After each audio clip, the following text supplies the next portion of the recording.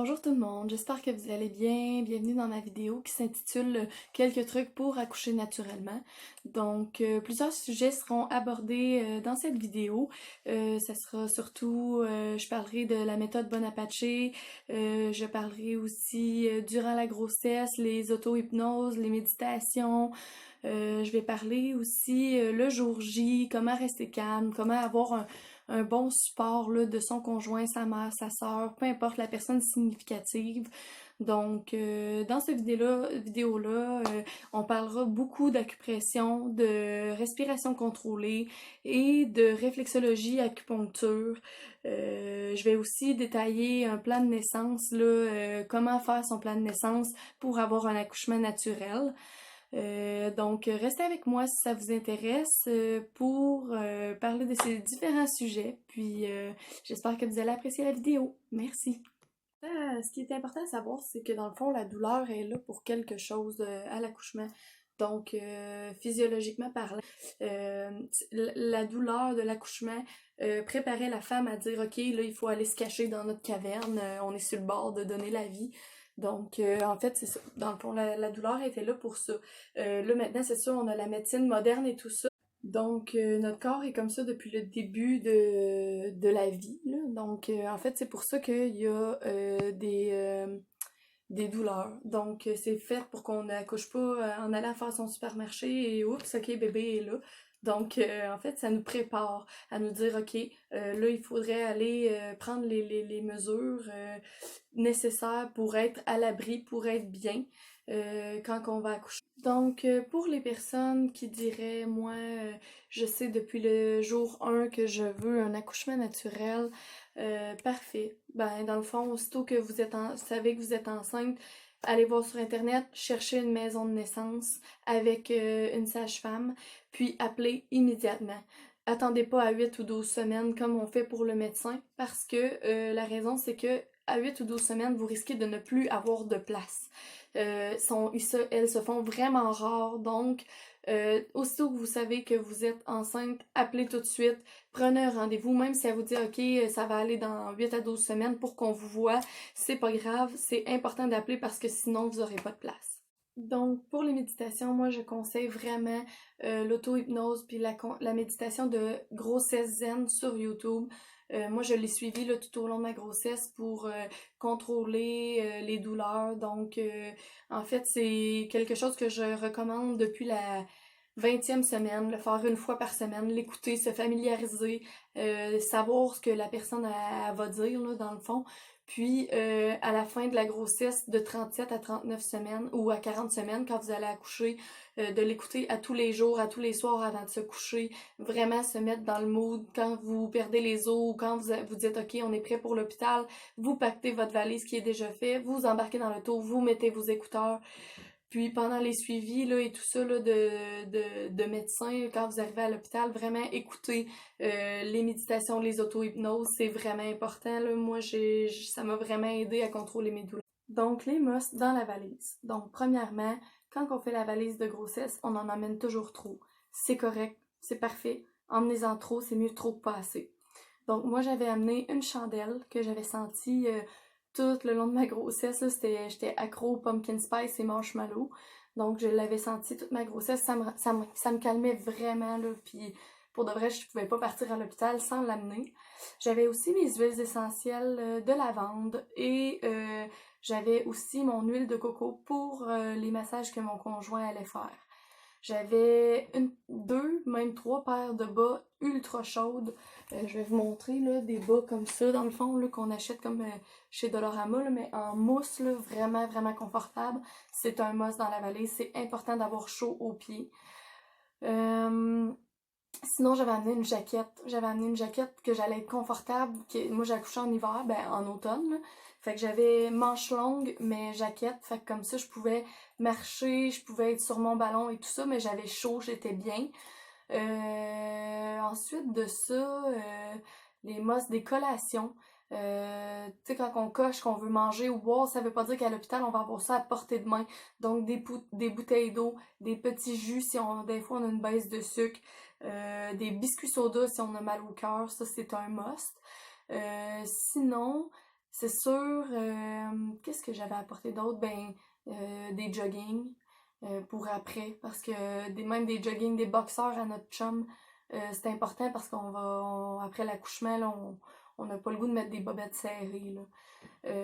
Sinon, des grosses serviettes sanitaires, vous pouvez aller à votre Jean Coutu. Ils vont vous donner des échantillons de couches pour personnes âgées. Moi, j'avais pris 2 comme ça, puis 2 serviettes extra absorbantes. Puis à l'hôpital, ils fournissent aussi, là, donc j'avais pris ça, j'avais vraiment aimé ça.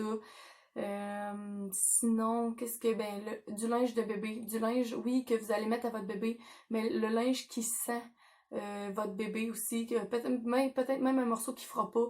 Juste le sentir, là, ça l'aide vraiment à contrôler les contractions. Sinon, des écouteurs, oh mon Dieu, des écouteurs pour écouter de la musique.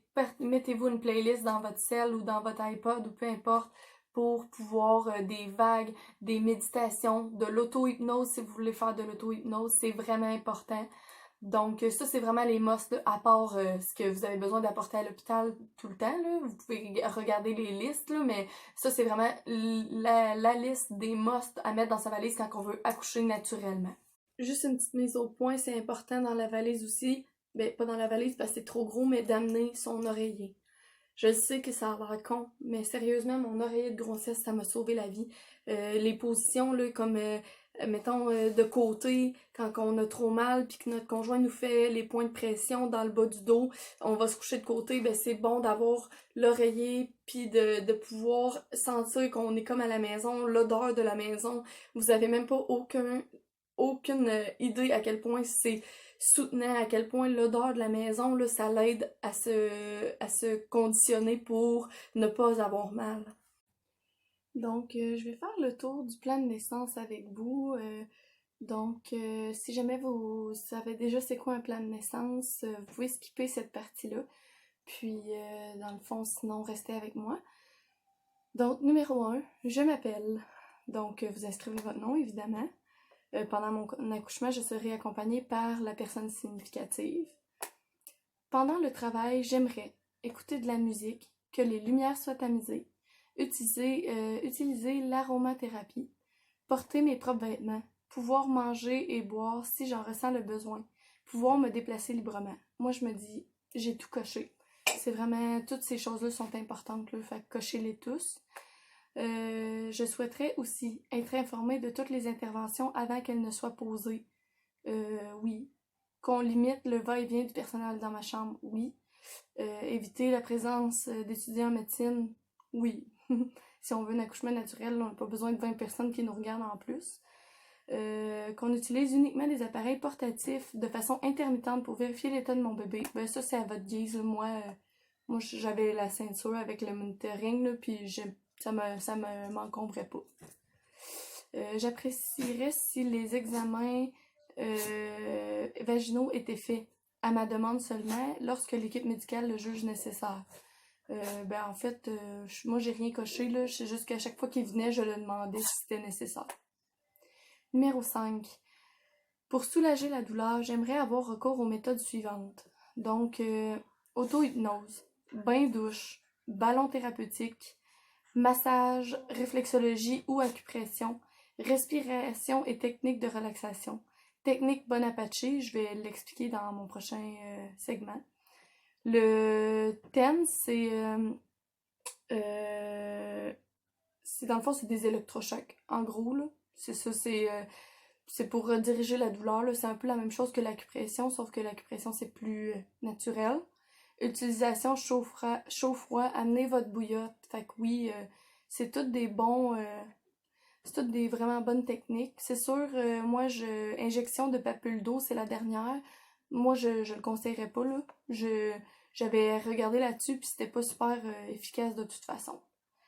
En ce qui concerne les méthodes pharmacologiques de soulagement de la douleur, protoxyde d'azote, calmant, épidural, je préférais qu'on me les offre pour soulager la douleur au besoin, qu'on ne me les offre pas à moins que j'en fasse la demande. Moi, j'avais coché le deuxième. Si on me l'offre à toutes les fois, je risque de céder, tandis que si c'est moi qui le demande, je vais vraiment le demander quand je suis plus capable. Numéro 7. Dans la mesure du possible, je souhaiterais éviter les interventions suivantes. Anesthésie locale à la poussée. Donc ça, c'est vraiment inutile, là. Vous allez sentir quand même, même s'il y a une anesthésie locale, là, on sent quand même le bébé descendre et tout, là, je pense pas que c'est vraiment nécessaire. Le bloc honteux, c'est dans le fond une piqûre dans le périnée. Donc pour c'est une autre forme d'anesthésie locale. Ça non plus, je le ferais pas. L'épisiotomie, oui, effectivement, éviter l'épisiotomie, là, c'est dans le fond, c'est pas la déchirure, mais la coupure entre l'anus et le vagin. Donc la, le périnée. Excusez-moi, j'ai de la misère avec ce mot-là. Le périnée. Le gel de prostaglandine ou ballonnet, ça, c'est votre médecin qui va vraiment vous dire si ça vous va. Là. Moi, j'aimais mieux pas aucun gel, aucun ballonnet, ni rien. Les forceps ou les ventouses, ça, c'est vraiment juste si votre bébé est en danger, sinon, utilisez-le pas. Installation de soluté au accès veineux. Moi, oui, j'ai trouvé ça vraiment utile pour ne pas me déshydrater. Même si j'avais de l'eau ou de la bouffe, j'avais comme un petit peu mal au cœur, donc ça passait mieux en soluté. C'est sûr, c'est quand même assez inconfortable, là. T'as le soluté dans la main, donc ça, c'est pas super, là, mais sinon, il y a plus de peau que de compte. Les lavements, non, moi, je l'ai pas fait. Puis le rasage de la région pubienne, ben, ça, c'est à votre guise, mais on s'entend qu'à 9 mois, ça fait longtemps qu'on se voit plus là, puis on fait plus vraiment attention à ça, là. À moins d'avoir un chum vraiment gentil qui nous rase. 8. Si le travail ralentit, j'aimerais qu'on privilégie les techniques suivantes. La marche et le mouvement, oui, vraiment. La réflexologie, oui, encore. La rupture artificielle des membranes, ça, c'est votre médecin qui va décider, là, si, mettons, la poche des os, elle rompt pas, ben, éventuellement, il va falloir la rompre nous-mêmes, là, ben, le médecin. La stimulation des seins, oui, je le conseille. Peut-être sortir un petit peu de colostrum quelques semaines, ben, en fait, 1 à 2 semaines avant la 40 semaines, puis dans les derniers jours, là, peut-être juste d'en exprimer un peu. Le bain ou la douche, c'est pas tous les hôpitaux qui en ont, mais tant que la poche des os est pas rompue, vous pouvez aller dans le bain chez vous. Sinon, la douche, je suis pas mal sûre que l'hôpital y en ont, là, fait que la douche, ça marche aussi, là, aussi bien. L'injection de cytocine synthétique, bon, ben, l'ocytocine, dans le fond, c'est l'hormone qui provoque les contractions et qui déclenche l'allaitement. Donc, c'est juste pour que les contractions soient plus fortes et pour que le bébé pousse plus. Mais si les contractions sont plus fortes, vous avez plus de douleur, donc vous risquez plus de prendre l'épidurale. Je vous conseillerais pas de le prendre, là. Je vous dirais de laisser aller votre corps jusqu'à ce que le médecin juge que c'est nécessaire. Donc, pourquoi c'est important de laisser bébé arriver par lui-même, en fait? Je préférais qu'on évite la stimulation, qu'on laisse le bébé le temps dont il a besoin. Parce que dans le fond, le bébé, là, c'est la vedette numéro 1. C'est pour lui, en bout de ligne, qu'on fait tout ça. Donc, c'est important qu'il soit en santé, qu'il soit respecté là-dedans. Je trouve que, on est souvent pressé parce qu'à la fin, on est gros, on est à 39, 40, 41, 42 semaines, ce qui est normal en passant, là, mais on est gros. On n'est plus capable d'aller faire pipi la nuit, il faut se rouler pour sortir du lit. On n'est plus bien, on est deux dans le corps, puis là, on est vraiment deux, là, on a hâte qu'il sorte, puis on a hâte de le voir aussi. On était impatients de voir notre bébé, de vivre les premiers moments en famille et tout ça. Mais tu sais, dites-vous, là, gardez en tête que ça va venir. Ça va venir bien assez vite. Puis en ce moment, votre bébé, là, il est à l'intérieur de vous, puis il est plus... il est mieux qu'il sera jamais. Tu sais, il a pas besoin de nourriture parce qu'il mange, il a tous les nutriments qu'il a besoin. Il a pas besoin d'avoir froid parce qu'il a chaud dans votre liquide amniotique. Il a pas besoin d'être changé. Il connaît pas ça, la solitude, la froideur. Tu sais, il est bien où ce qui est.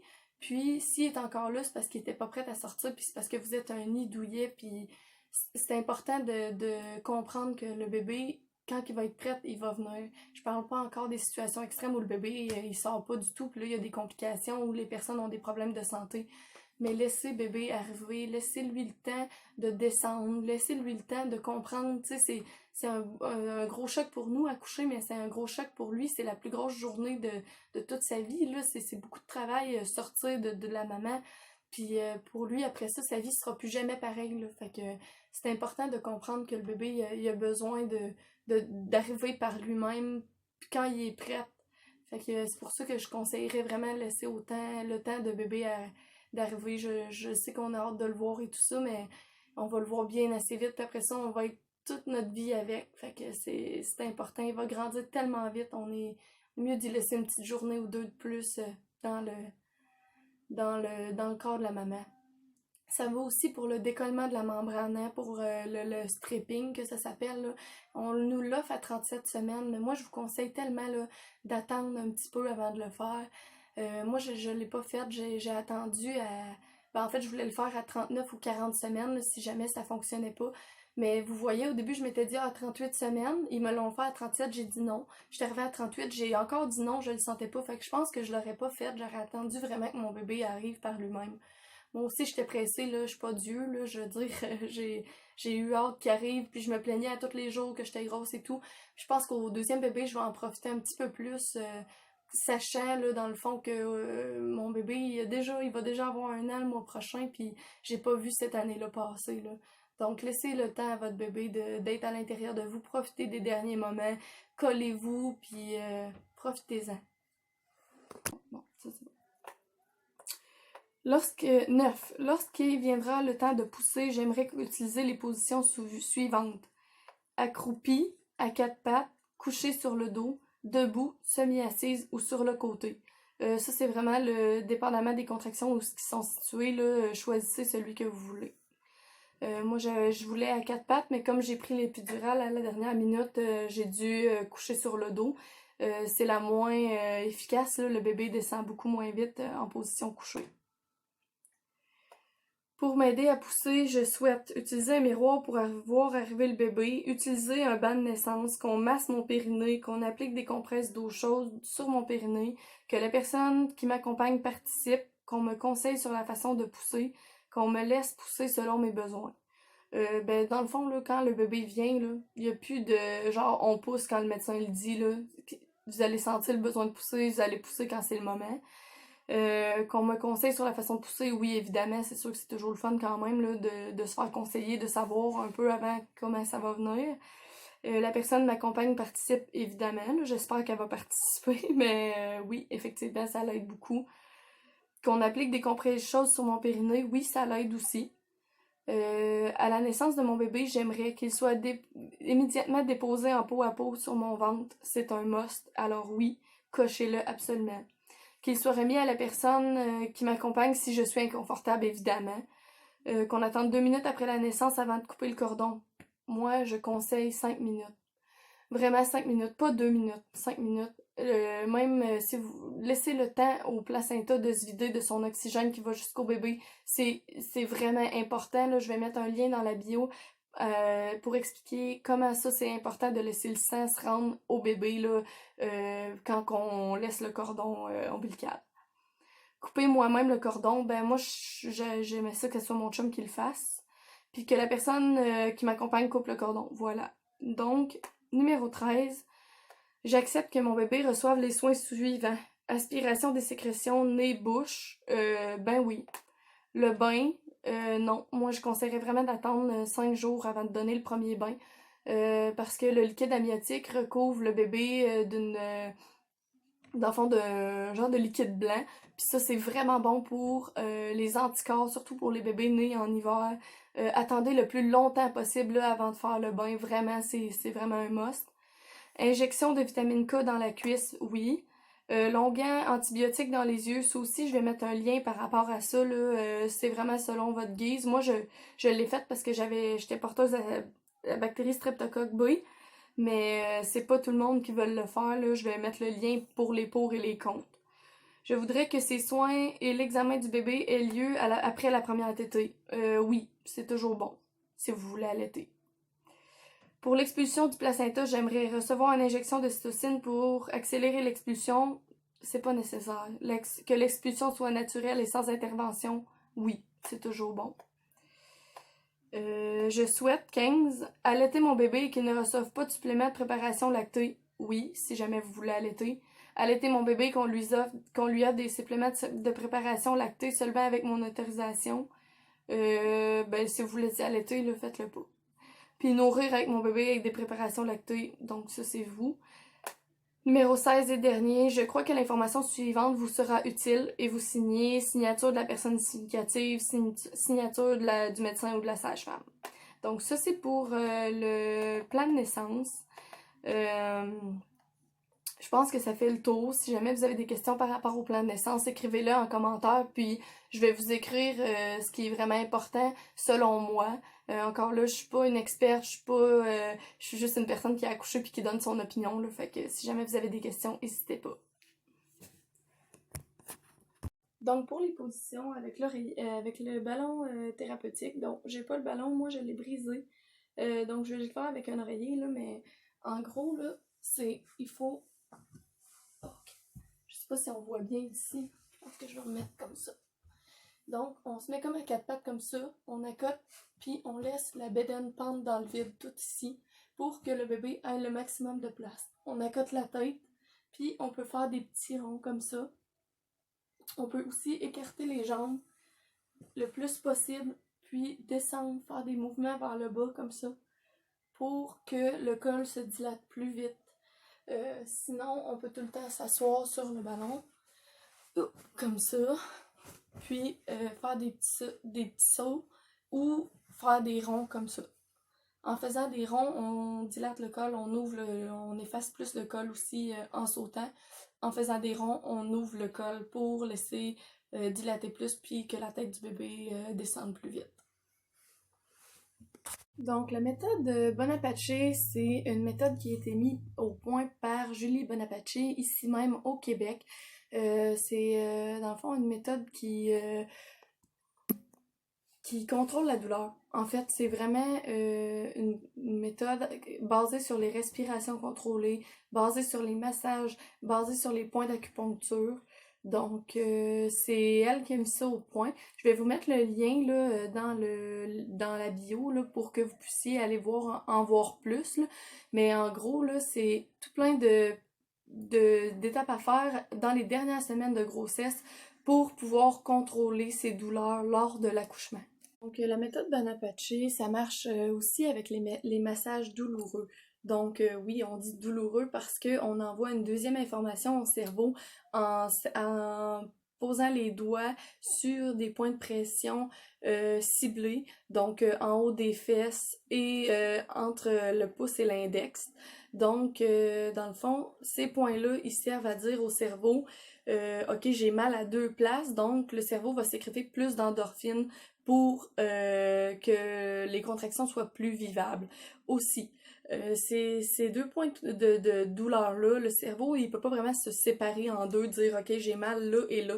Donc, en se concentrant sur le mal du point de pression, ça fait que, dans le fond, la douleur de la contraction est moins ressentie par la maman. Donc, le deuxième point de la méthode Bonaparte, c'est aussi les respirations et les images positives. Donc, on va se fermer les yeux, on va se mettre des écouteurs avec de la musique ou des vagues ou peu importe. Puis, à chaque contraction, on va se dire, bon, ben cette vague-là est passée, je suis dilatée de 3 à 6 cm, ce qui fait que mon col est plus dilaté et je suis rapprochée de la rencontre avec mon bébé. Sentir un vêtement à votre bébé fait sentir que pourquoi on est là. Aussi voir, visualiser la sortie de notre bébé, dire ok, il m'en reste pas long avant la poussée. Juste tout le temps avoir des phrases positives.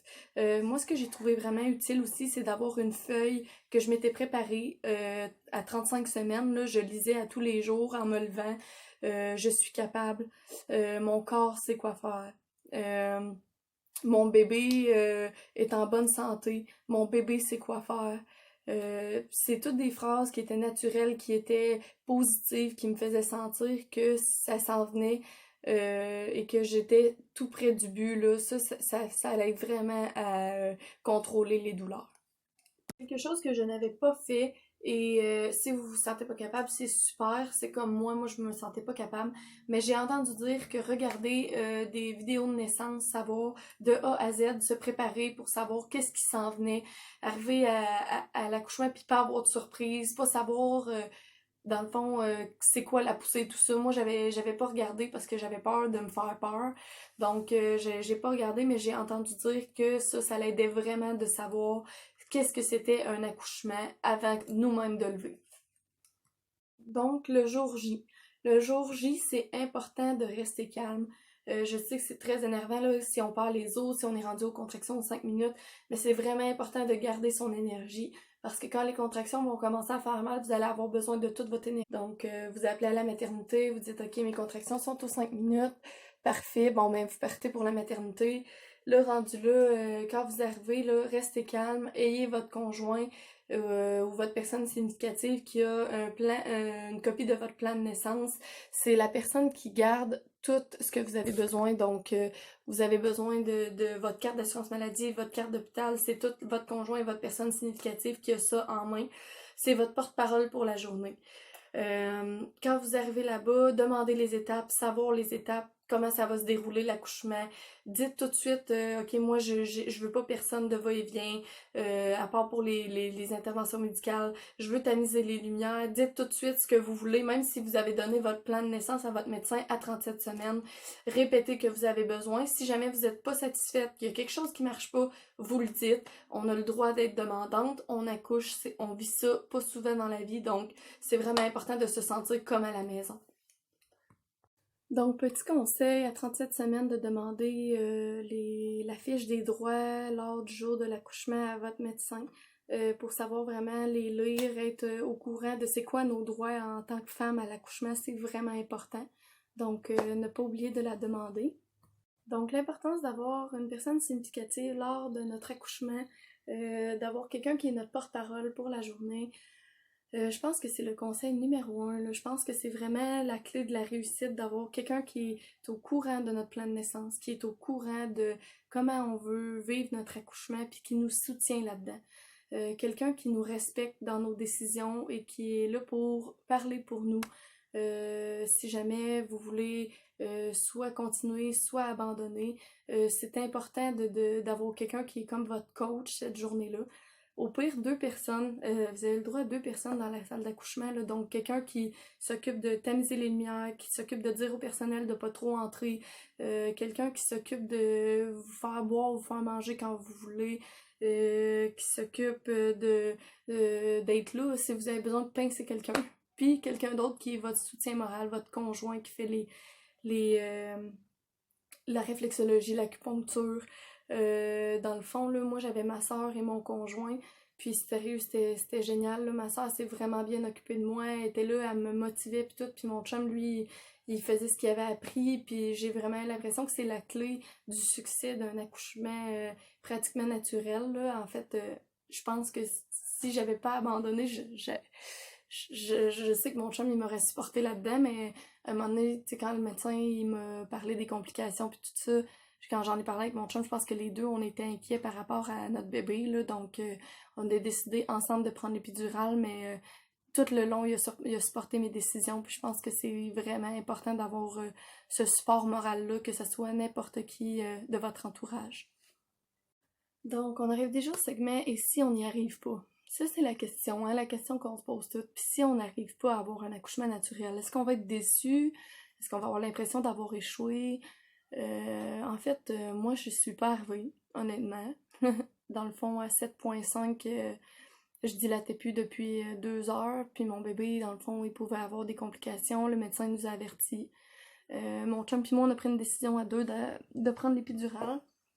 J'aurais vraiment aimé ça accoucher naturellement.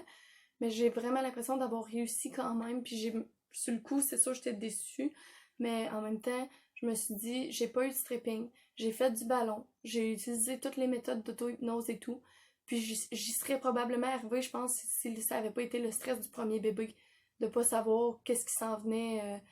C'est une fois qu'on allait avoir le bébé, là, surtout que moi, j'avais genre jamais pris de bébé avant le mien. Là. C'était vraiment le premier bébé que je prenais de ma vie. Donc, j'avais gardé cette place-là spéciale. On dirait que j'avais comme une pression de plus.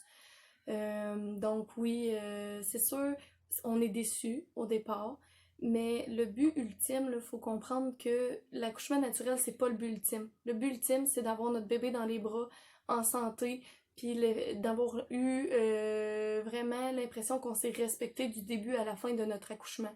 Donc, soyez en paix avec vos décisions. Si vous avez fait tout le trois quarts du chemin naturellement, puis à la fin vous avez pris l'épidurale, puis que vous n'avez pas eu d'autres complications, ben dans le fond, ça sera juste ça. Prenez-les avec un grain de sel. Soyez fiers de vous, là, vous avez accouché, vous avez poussé un bébé, de là, vous avez créé la vie, là. Donc, si en plus on se tape ça la tête parce qu'on n'a pas accouché totalement naturellement, là, je pense pas que ça l'aide. Puis votre bébé, quand il va naître, là, il vous repoussera pas parce que vous avez décidé de prendre l'épidurale. Il va juste vous aimer autant. Puis la personne numéro un, la vedette, encore une fois, c'est votre bébé. C'est le fait que de tous les beaux moments que vous allez vivre ensemble. Donc ça s'en vient, vous êtes juste là, puis l'épidurale ou pas, c'est l'accouchement naturel, c'est juste une petite étape avant le restant de votre vie. Donc profitez-en, vivez ça au max, puis soyez fiers de vous. Donc, comme d'habitude, je fais toujours une foire aux questions sur mon Instagram. Posez-moi une question sur l'accouchement naturel. Donc, il y a quelqu'un qui m'a demandé la péridurale, quand que tu la prends, est-ce que à l'accouchement, lors de la poussée, tu sens pas ton bébé ou tu sens pas des contractions? Moi, je l'ai pris, la péridurale, là, moi, j'ai pas accouché naturel. En fait, je m'en allais vraiment dans ce sens-là. Mais finalement, j'ai pris la péridurale à dilater à 7,5 parce que la douleur était trop forte. Puis, je dilatais plus. Puis, mon bébé, il y avait comme des complications qui auraient pu arriver. Donc, j'ai pris la péridurale. Puis, non, en fait, la péridurale, ça fait pas effet quand que tu pousses. Il y a quelque chose qui s'appelle le Ring of Fire, là. C'est un genre d'élastique. Il faut que la tête du bébé passe à travers ça pour commencer à descendre complètement. Puis ça, on sent tout, là. Ça change vraiment rien. La péridurale, là, c'est pas vrai qu'on sent pas les contractions, ni le bébé descendre, là. On sent quand même tout, là. C'est juste peut-être moins désagréable un peu, là, j'imagine. Mais non, on sent pas mal tout quand même. Il y a quelqu'un qui me demandait par rapport au temps de poussée, combien ça peut être. Le temps de poussée, là, c'est vraiment libre à soi, là, dans le sens que ça va avec comment on pousse. Il y a une certaine respiration que les médecins nous montrent à faire. Puis, si on respire bien, ça peut prendre 15-20 minutes. Si on respire mal, ça peut prendre 2-3 heures. Donc, moi, ça a pris 45 minutes avant que mon bébé sorte, là. J'ai poussé, je pense bien, là. Je pense que c'était un temps normal pour un premier bébé. Combien de temps j'ai été en accouchement? Donc 12 heures. J'ai perdu les os à 6 heures le matin. Puis j'ai accouché à 18h53 le soir. Moi, j'ai pris la péridurale quand j'étais à 7,5, donc il était rendu quasiment 3 heures de l'après-midi. J'étais en douleur. Moi, j'avais perdu les os, là, fait que je ressentais les contractions depuis la première minute. Donc, c'est ça, ouais. Question aussi de quelqu'un qui me demandait est-ce que je vais essayer d'accoucher naturellement au prochain bébé? Oui. Oh mon Dieu, oui. Je veux vraiment réussir là, le prochain, là, je suis déterminée. Là, on dirait, tu sais, j'avais le stress du premier aussi, là, tu sais, je savais pas à quoi m'attendre, puis tout, même si je savais c'était quoi les étapes de l'accouchement, c'était quand même stressant, là, un premier bébé, tu sais rien, t'as jamais été un parent, puis moi, j'avais jamais pris un bébé avant de prendre le mien. Le premier bébé que j'ai pris de ma vie, c'est le mien. Fait que c'est sûr que c'était un gros stress, mais non, j'aimerais vraiment, je vais réussir, oui, je vais accoucher naturellement, le prochain, c'est sûr, je vais l'avoir. Quelqu'un qui me demandait est-ce qu'on déchire tout le temps? Oh, ça là, je sais pas. Je sais vraiment pas la réponse à ça. Moi j'ai eu 2, 3 points. En fait, je les ai pas vus. C'est mon chum qui mettait ma crème sur mes points. Fait que j'ai jamais vu mon vagin après l'accouchement. C'est tout le temps mon chum qui a tout vu. Moi j'ai rien regardé, j'avais trop peur. Fait que j'ai rien regardé, mais j'ai déchiré un peu. Puis pourtant j'avais fait beaucoup d'exercices de périnée. Fait que j'imagine que non. J'imagine qu'il y en a qui déchirent pas. J'imagine qu'il y en a qui sont plus élastiques, la peau et tout ça. Puis j'imagine qu'il y en a qui déchirent plus. Moi, c'est ça, j'avais coché pas d'épisiotomie. Fait que j'aimais mieux déchirer un petit peu puis qu'on me recoue que quelqu'un me coupe ça, là. Fait que non, je pense que c'est chacun différent pour tout le monde. Quelqu'un qui me demandait est-ce que j'ai des regrets par rapport à mon accouchement? Non, j'ai fait du mieux que je pouvais, sincèrement. En bout de ligne, à la fin de la journée, mon bébé était dans mes bras, il était heureux, j'allaitais, puis j'avais réussi à accoucher, mon chum était en santé, j'étais en santé, j'avais un bébé en santé.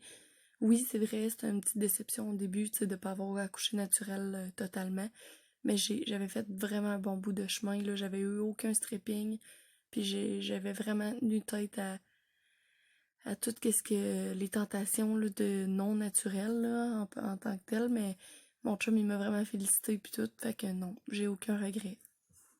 Donc c'est tout pour cette vidéo, j'espère que vous avez aimé. Je suis désolée pour les différents fils de lumière, là. J'ai fait ça, ma vidéo, sur plusieurs jours, puis là mon petit bébé est couché, fait que c'est pour ça que je parle pas trop fort.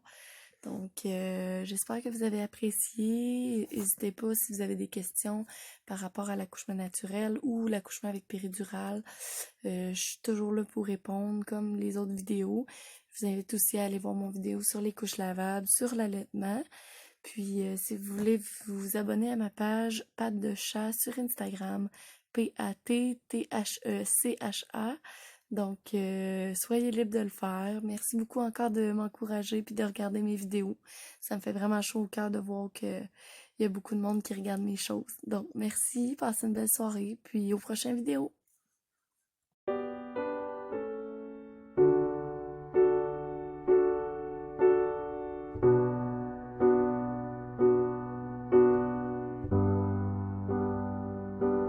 Je te dis, j'ai vu une bédaine de même. C'est-tu fou? Ou quoi? Oh, my love. C'est peut-être l'heure. Take my On est hand. I hunger for your touch. And time goes by so slowly, and time can do so much. I'll be